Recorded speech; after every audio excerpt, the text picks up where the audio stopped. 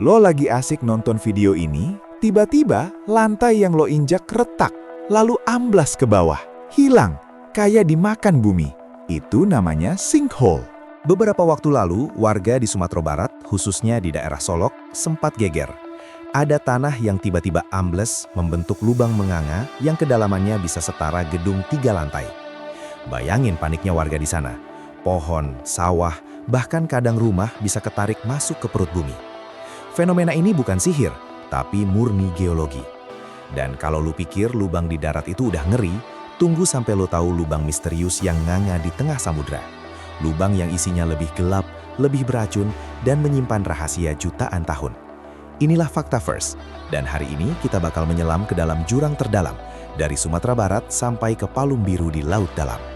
Bumi kita ini dasarnya seperti spons, terutama di daerah yang batuan dasarnya didominasi sama yang namanya kars atau batu kapur. Sumatera Barat, khususnya Solok, punya banyak banget batuan jenis ini. Batuan kapur ini gampang larut kalau kena air, khususnya air hujan yang sedikit asam. Bayangin lo punya sebongkah es batu yang terus-terusan kena tetesan air. Lama-lama es batu itu bakal bolong kan? Nah, prosesnya mirip kayak gitu, tapi skalanya jutaan tahun. Air hujan meresap, menggerus batuan kapur di bawah permukaan, menciptakan jaringan gua dan rongga-rongga kosong di dalam tanah. Rongga ini makin lama makin membesar, tapi permukaan tanah di atasnya masih solid, masih kokoh menopang lo dan semua bangunan. Masalahnya, setiap rongga itu ada batas kekuatannya. Kalau air bawah tanahnya tiba-tiba surut, atau ada beban berlebihan di atasnya, misalnya pembangunan gedung baru, atau getaran gempa, atap gua bawah tanah itu nggak kuat lagi menahan beban. Begitu atapnya runtuh, ya udah, biur. Tanah di atasnya langsung ambles seketika, meninggalkan lubang besar yang kita sebut sinkhole. Jadi, lubang yang muncul di sumber itu bukan diciptakan secara tiba-tiba, tapi adalah hasil dari runtuhnya atap gua yang sudah ada sejak lama di bawah sana. Ini adalah alarm dari bumi. Sinyal bahwa struktur di bawah kaki kita itu nggak sesolid yang kita kira. Tapi lo tahu nggak? Kegilaan lubang di bumi ini gak cuma terjadi di daratan yang kita pijak. Justru, lubang yang paling mind-blowing itu ada di lautan luas. Lupakan sejenak sinkhole di darat. Sekarang kita menuju ke laut, ke perairan Karibia, Bahama, atau bahkan di sekitar penanjung Yucatan. Di sana, lo bisa menemukan fenomena yang ukurannya berkali-kali lipat lebih masif dan lebih misterius. Blue hole atau lubang biru. Lubang biru ini pada dasarnya adalah sinkhole yang terbentuk di daratan, tapi kemudian tenggelam bersama naiknya permukaan air laut selama periode es mencair ribuan hingga puluhan ribu tahun lalu. Jadi, bayangin dulu itu adalah gua di darat, lalu air laut naik, mengisinya, dan sekarang lubang itu menganga di dasar laut. Ambil contoh yang paling terkenal, Great Blue Hole di Belize. Kedalamannya bisa mencapai 124 meter dengan diameter lebih dari 300 meter. Itu setara lo menenggelamkan 2 patung Liberty yang ditumpuk dan masih sisa. Dari atas, lubang ini terlihat seperti mata biru tua yang menatap ke langit. Kontras banget sama perairan dangkal di sekitarnya yang berwarna biru muda kehijauan. Warna biru tua itu menandakan satu hal, kedalaman ekstrim. Tapi, bedanya apa sih sama lubang di Sumbar? Perbedaan paling mendasar dan yang paling mengerikan adalah isinya. Kalau sinkhole di darat cuma lubang dan puing, lubang biru itu adalah ekosistem yang terisolasi, yang punya lapisan neraka di dalamnya. Nah, ini dia poin paling horornya.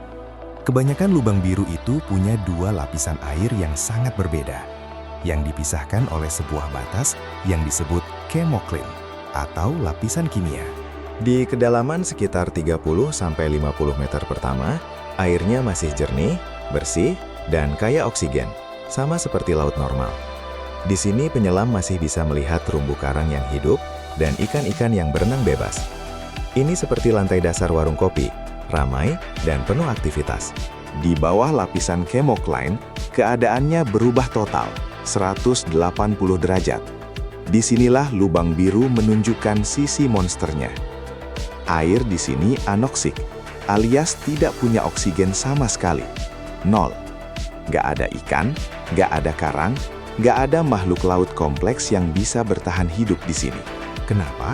Karena di zona mati ini, sisa-sisa material organik yang jatuh dari atas tidak bisa diuraikan secara normal oleh bakteri yang butuh oksigen.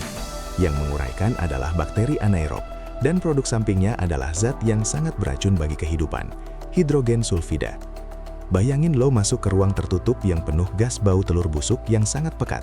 Itulah kondisi di kedalaman sana. Bahkan, saking tingginya konsentrasi H2S, air di sana seringkali menjadi keruh dan pekat, seperti sup kental. Ini adalah lingkungan yang sangat ekstrim, yang secara harfiah adalah gerbang neraka di bawah laut. Meskipun isinya beracun, justru kondisi ekstrim di lubang biru inilah yang membuatnya menjadi salah satu tempat paling berharga bagi ilmuwan. Kenapa? Karena zona mati yang anoksik itu adalah time capsule alamiah. Di laut normal, bangkai binatang yang mati akan cepat terurai atau dimakan. Tapi di zona mati blue hole, tanpa oksigen, proses dekomposisi berjalan sangat lambat, bahkan hampir terhenti. Jadi apapun yang jatuh dan tenggelam ke dasar lubang, itu bisa terawatkan sempurna selama ribuan tahun. Penelitian di beberapa blue hole, seperti Dean's Blue Hole atau Blue Hole di Bahama, telah menemukan artefak prasejarah, dan yang lebih gila, fosil purbakala. Mereka menemukan sisa-sisa kura-kura raksasa, buaya purba, atau bahkan tulang belulang manusia purba yang kondisinya utuh, seolah baru mati kemarin. Lubang biru ini secara harfiah mengunci waktu. Tidak hanya fosil, tapi kondisi anoksik dan kaya hidrogen sulfida di dasar lubang biru juga menarik perhatian para astrobiolog. Mereka adalah ilmuwan yang meneliti kemungkinan kehidupan di luar angkasa.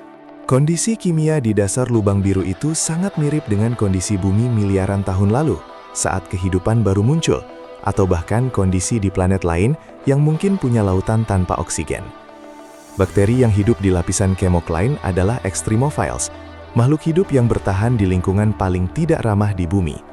Dengan mempelajari mereka, para ilmuwan berharap bisa menguak bagaimana kehidupan bisa muncul dari kondisi yang paling beracun, dan di mana kita harus mencari kehidupan di planet-planet lain di alam semesta. Jadi, lubang yang menganga di sumber itu memang mengejutkan dan bikin panik. Tapi, itu adalah pengingat bahwa geologi bumi kita terus bergerak. Sementara itu, lubang yang menganga di dasar lautan, blue hole, itu adalah gerbang menuju masa lalu bumi, berisi air beracun yang mengawetkan rahasia purbakala, sekaligus menjadi laboratorium hidup untuk mencari tahu asal-usul kehidupan. Kira-kira, dari sinkhole di darat sampai blue hole di laut, mana nih yang paling bikin lo merinding? Coba tulis pendapat lo di kolom komentar. Jangan lupa like, share, dan subscribe Faktaverse, biar kita bisa terus menyelami rahasia alam semesta yang bikin mind-blowing lainnya. Sampai jumpa di episode berikutnya.